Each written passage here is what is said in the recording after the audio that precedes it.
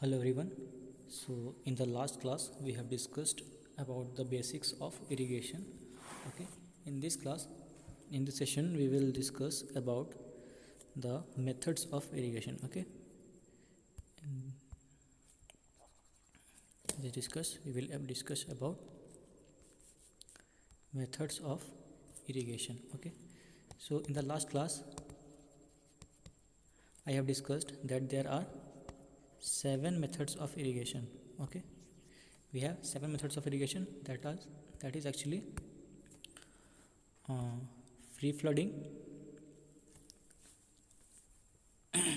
water flooding, and check flooding. Okay, here we will discuss about these 3 types of irrigation and the rest of the irrigation types, which is basin flooding, furrow method, sprinkler method, and drip irrigation, will be discussed in the next lecture. Okay, so in this lecture we are going to discuss about free flooding,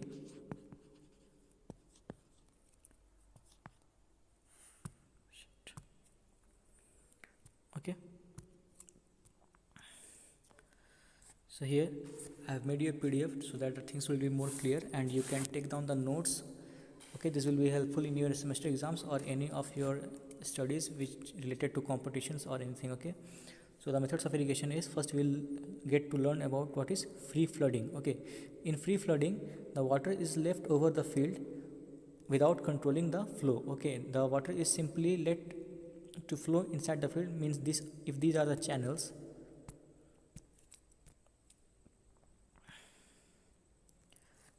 okay, if this is the channels, then water get to flows along these channels and enters through these channels. Okay, and this is the field.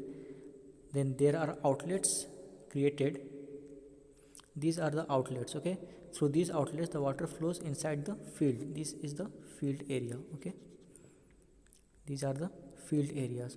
Water flows inside this field and then the irrigation happens. Okay, so this is the first method of irrigation that we are going to learn.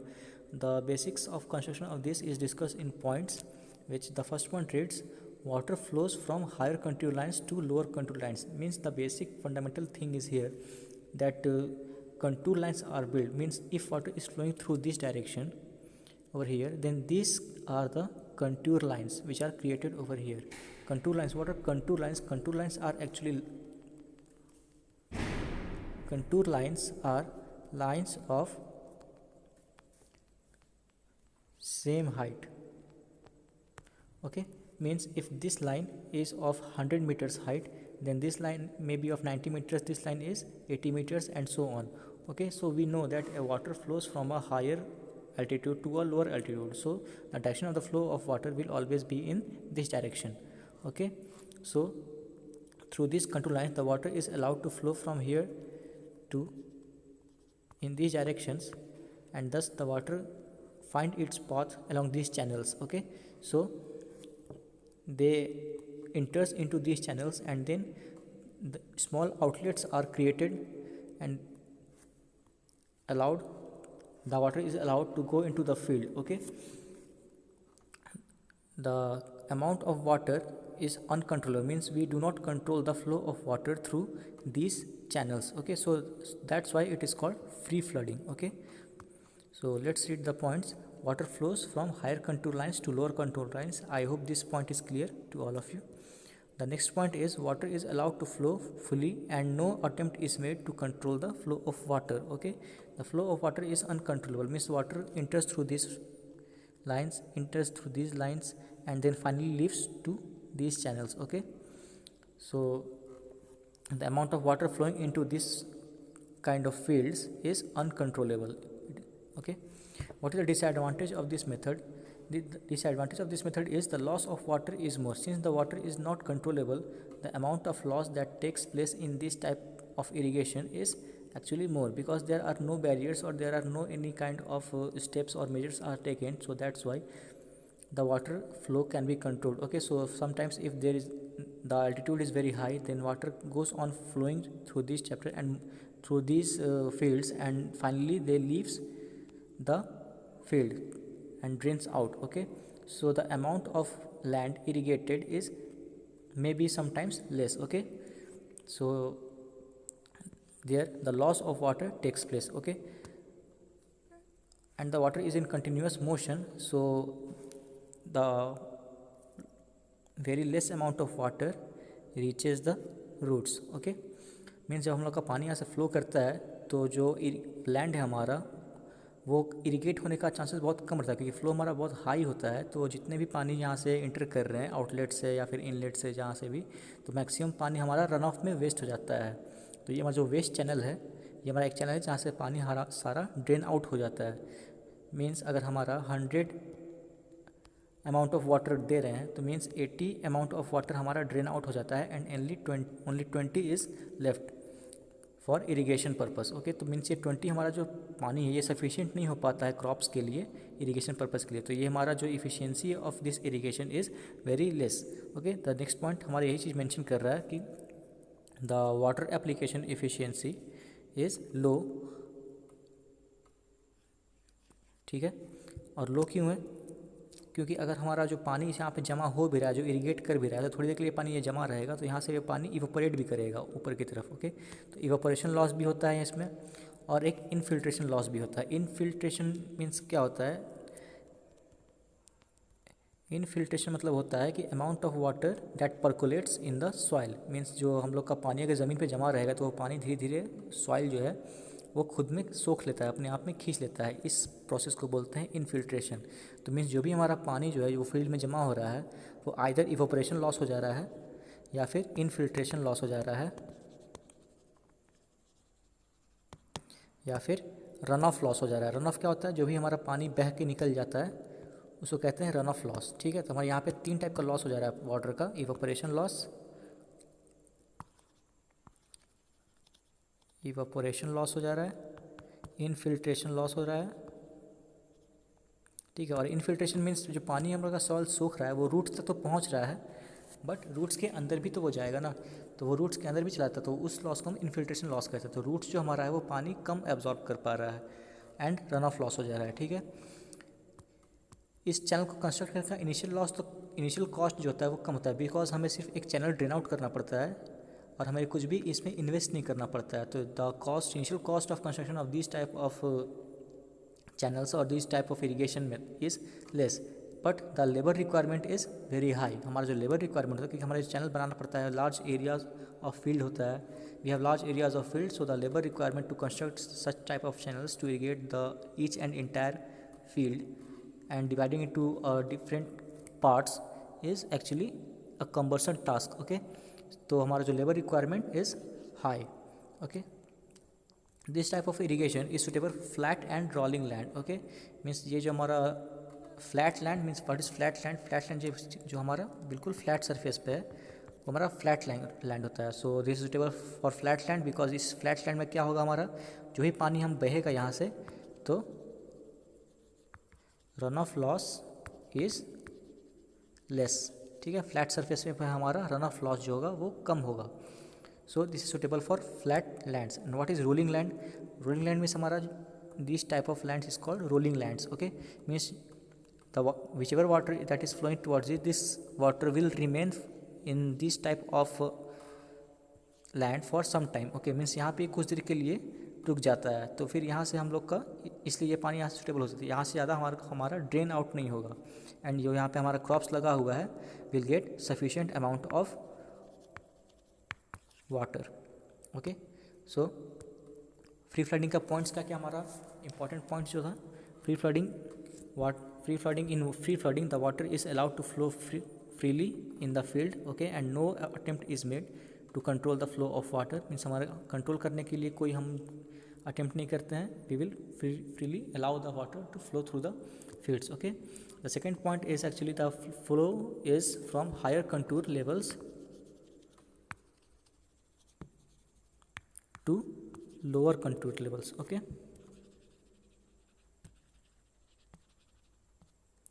Higher contour से lower contour level की तरफ flow होता है। Okay, disadvantage method क्या होता है, हमारा loss of water is more. Loss हमारा किस किस फॉर्म में होगा? May be evaporation loss, run off loss and little bit of infiltration loss. Okay, ये 3 टाइप का हमारा लॉस हो जाता है। इस फ्री फ्लडिंग का initial cost is high, initial cost of construction is high and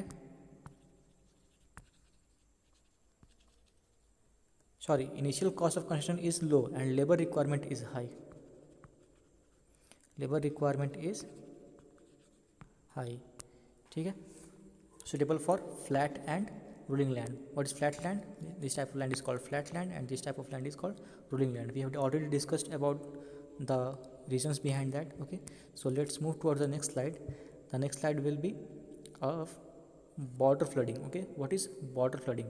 border flooding हमारा वो होता है जहाँ पे हमारा कोई भी एक फील्ड होता है, वहाँ पे हम लोग एक बॉर्डर क्रिएट कर देते हैं, कंस्ट्रक्ट कर देते हैं। ओके, मीन्स हमारा कोई भी अगर फील्ड है, इसमें पानी अलाउ करते हैं फ्लो होने के लिए, and we will construct different types of borders.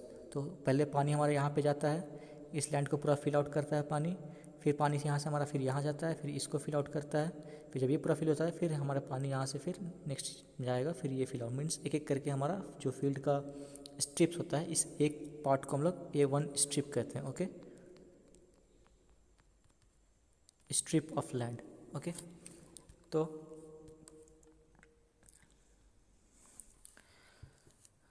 ये हम डायग्राम के थ्रू देख सकते हैं, सप्लाई चैनल से यहाँ से हमारा पानी फ्लो कर रहा है और ये हमारा डिफरेंट टाइप्स ऑफ स्ट्रिप्स बना हुआ है।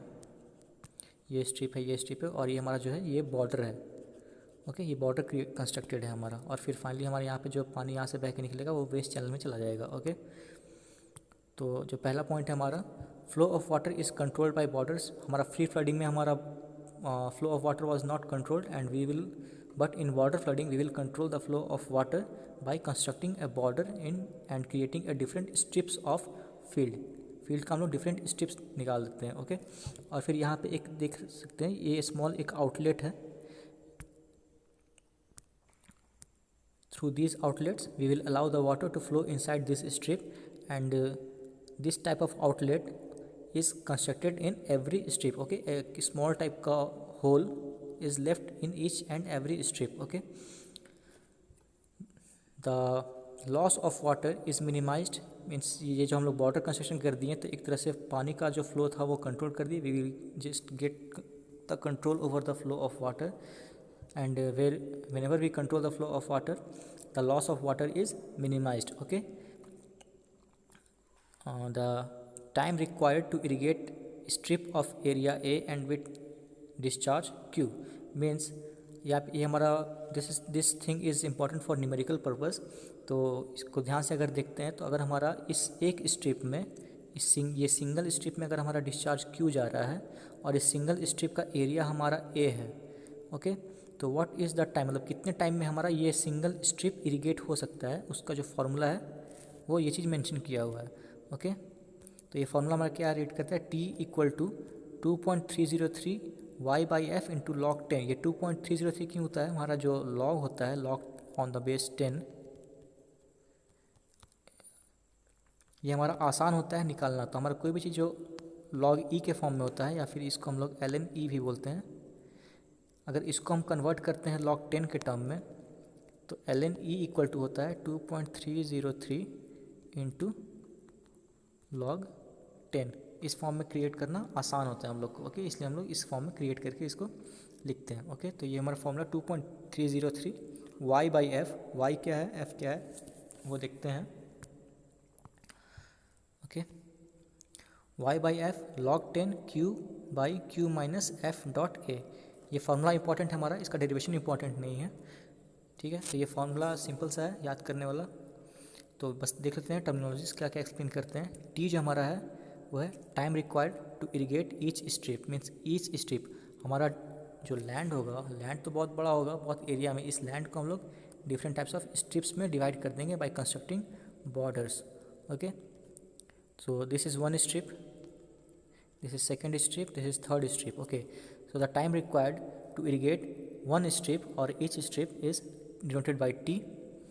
Okay, y is the average water depth in strip, means water depth क्या होता है, मीन्स हमारा अगर कोई लैंड है उस पर हम इरिगेट कर रहे हैं, वाटर प्रोवाइड कर रहे हैं, तो टाइम टू टाइम वाटर का जो डेप्थ होगा वो इंक्रीज़ करते जाता है। ओके, तो ये हम इसको वाटर डेप्थ बोलते हैं। ओके, तो this Y is the average water depth in in one strip. Okay, और ये डेप्थ हम किस में मेजर करेंगे, इन सेंटीमीटर में भी। ओके, डेप्थ हमारा सेंटीमीटर में ही मेजर होता है। ओके, एफ हमारा infiltration capacity of the soil, means infiltration capacity बताए हुए थे। Infiltration capacity is the amount of water that is absorb by the soil. Okay, so what is the infiltration capacity of soil is denoted by F, means if the soil has high infiltration capacity it will absorb more water, if the soil has less infiltration capacity it will absorb less water। means अगर हम sand की बात करते हैं, if we talk about sand, then whenever we sprinkle water on sand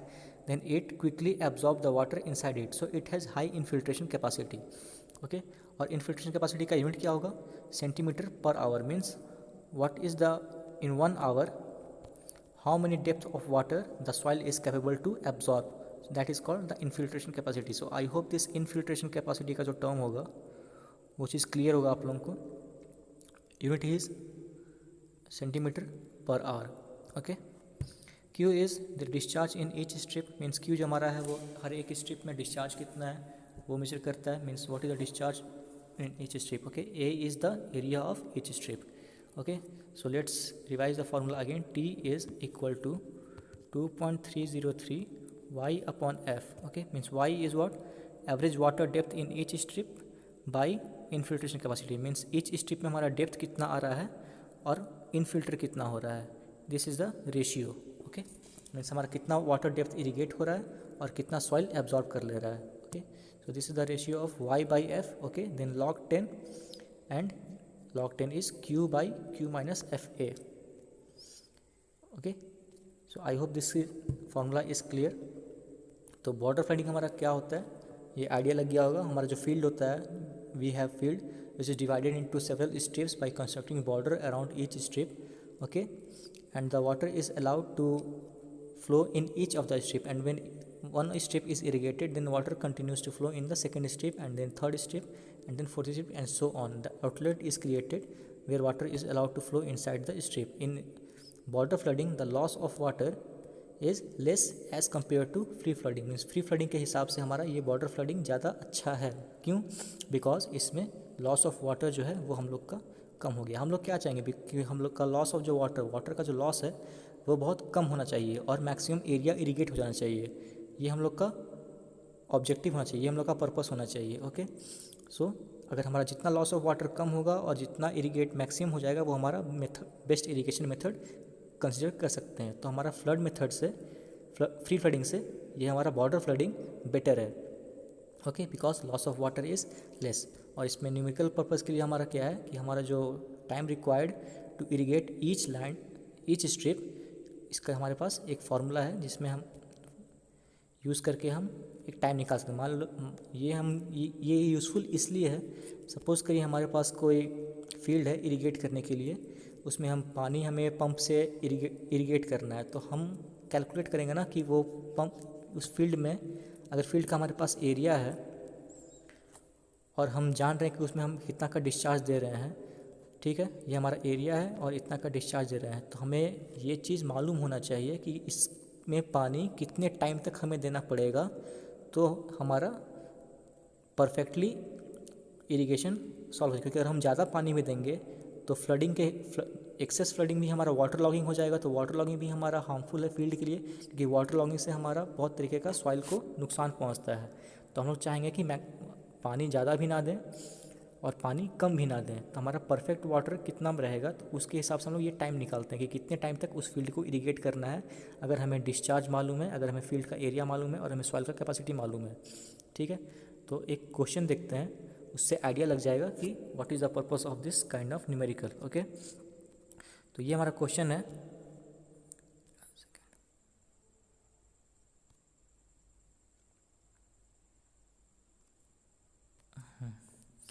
एक question हमारा है strip of area, means एक स्ट्रिप का एरिया हमारा 0.04 हेक्टेयर्स है।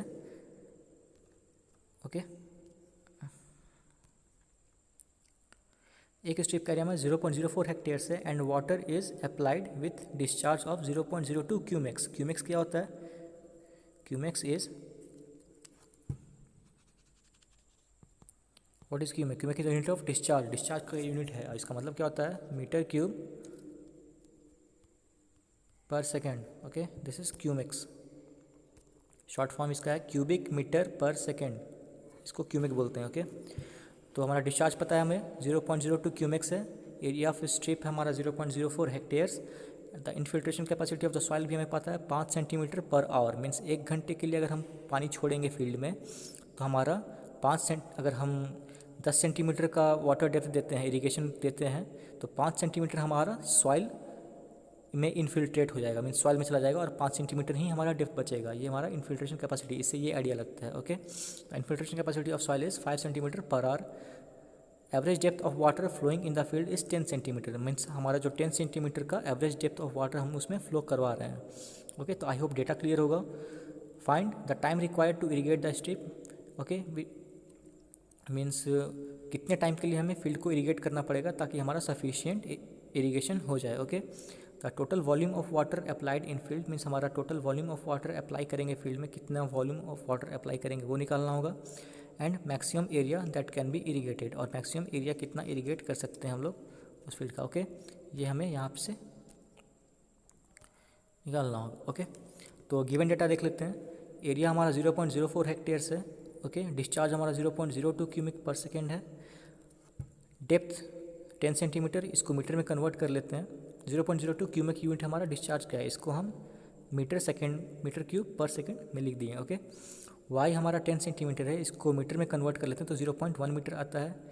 इन्फिल्ट्रेशन कैपेसिटी हमारा 5 सेंटीमीटर पर आवर, तो इसको भी हम लोग मीटर और सेकेंड स्टैंडर्ड यूनिट्स में कन्वर्ट करते हैं। तो 5 centimetre means 0.05 metre per hour, और 1 आवर में हमारा 3600 सेकेंड्स होता है। तो हमारा infiltration capacity 0.05 metre by 3600 seconds, ये हमारा इन्फिल्ट्रेशन कैपेसिटी आ गया। ओके, एरिया हमारा 0.04 hectares, 1 hectares equal to 10⁴ metre square होता है हमारा एरिया। हेक्टेयर्स हमारा एरिया का यूनिट है। ओके, लेंथ का यूनिट नहीं है। तो हमारा एरिया जो आ गया 0.04 इंटू 10⁴ मीटर स्क्वायर। ये डेटा हमने कन्वर्ट कर लिया।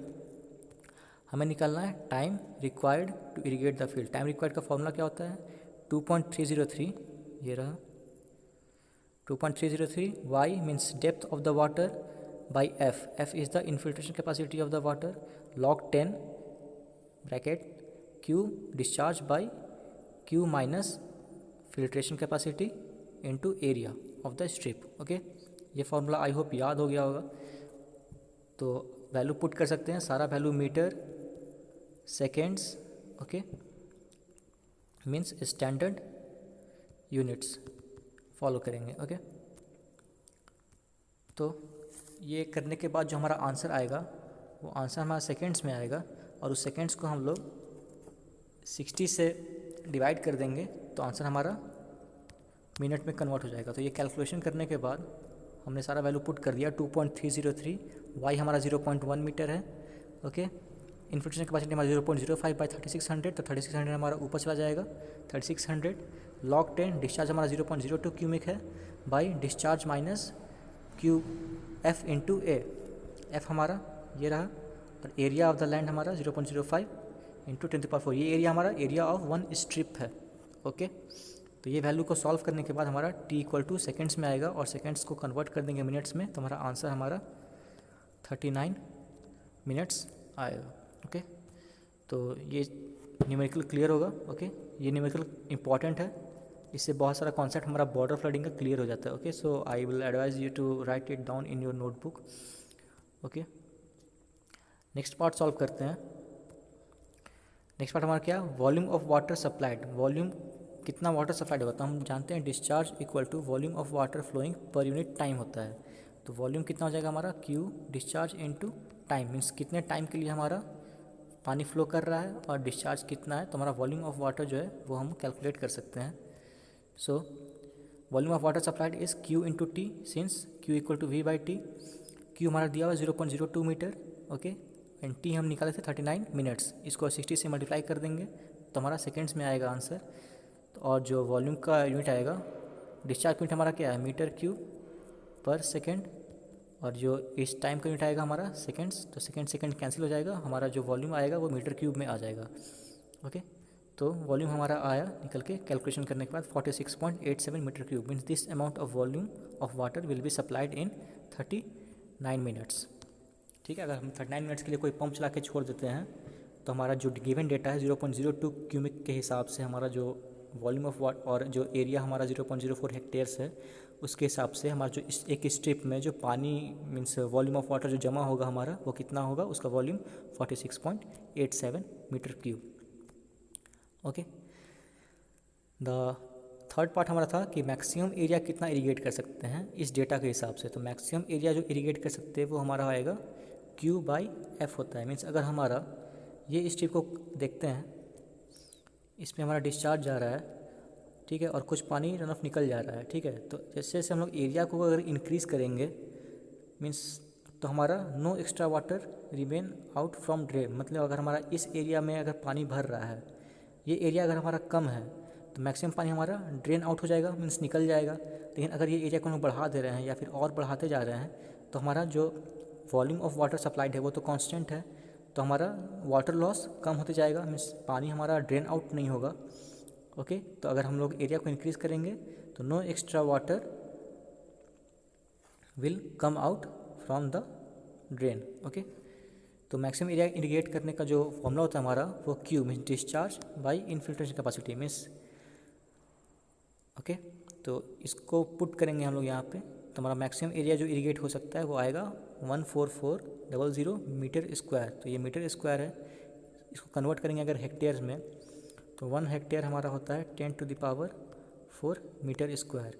तो अगर हम इस कन्वर्ट करना होगा तो हमें 10⁴ से डिवाइड करना होगा, तो हमारा जो maximum area to be irrigated आया वो हमारा 0.144 हेक्टेयर्स।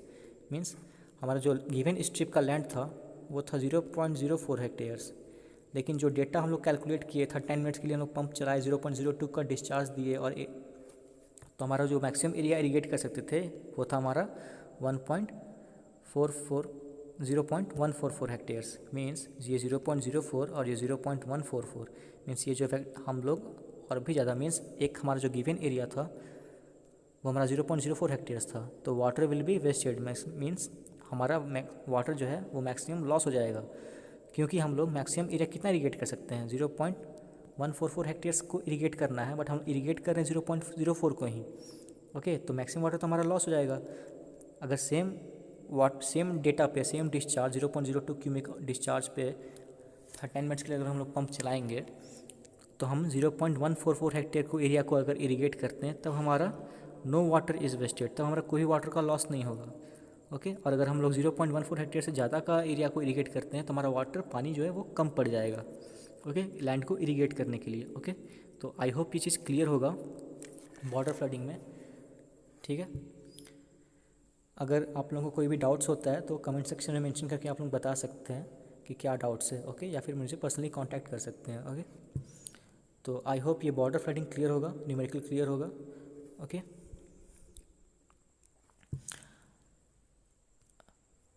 आगे बढ़ते हैं।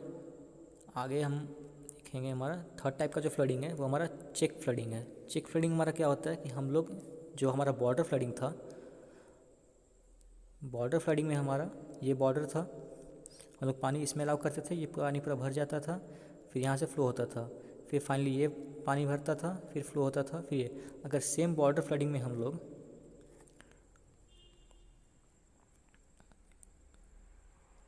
एक इसको डिफरेंट एरिया में अगर डिवाइड कर देते हैं तो और यहाँ से अगर आउटलेट बनाते हैं फ्लो होने के लिए, तो हमारा लॉसेज जो है वो फिर और भी कम हो जाएगा। ठीक है, आई होप ये चीज़ समझ में आ रही होगी कि हमने क्या किया। जो पानी हम पूरे स्ट्रिप में दे रहे थे तो स्ट्रिप को भी हमने डिवाइड कर दिया डिफरेंट पार्ट्स में। ओके, तो जो भी पानी हमारा इसमें जा रहा है वो सिर्फ इस एरिया को इरीगेट करेगा, जो पानी इसमें गया वो इस एरिया को इरीगेट करेगा। मीन्स और जो चेक कैसे बनाते हैं, चेक हम इस टाइप से बनाते हैं, मीन्स एक ऐसे बना देते हैं और ये हमारा चेक बेसिन है।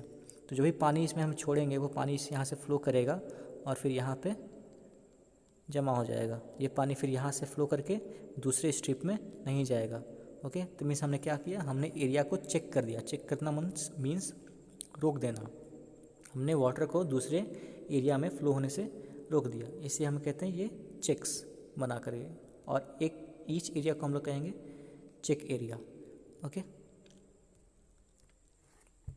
तो हमारा चेक फ्लडिंग जो होता है वो बेटर देन प्रीवियस मेथड्स, पिछले 2 मेथड से भी बेटर होगा, क्योंकि हमारा लॉस मिनिमाइज हो जाएगा, loss are minimized. Okay, run off loss भी हमारा कम हो जाएगा, मीन्स जो भी पानी हमारा जो वाटर फ्लडिंग में था तो पूरे फील्ड में पानी जाता था और यहाँ से रन ऑफ हो जाता था, मीन्स यहाँ से ड्रेन आउट हो जाता था।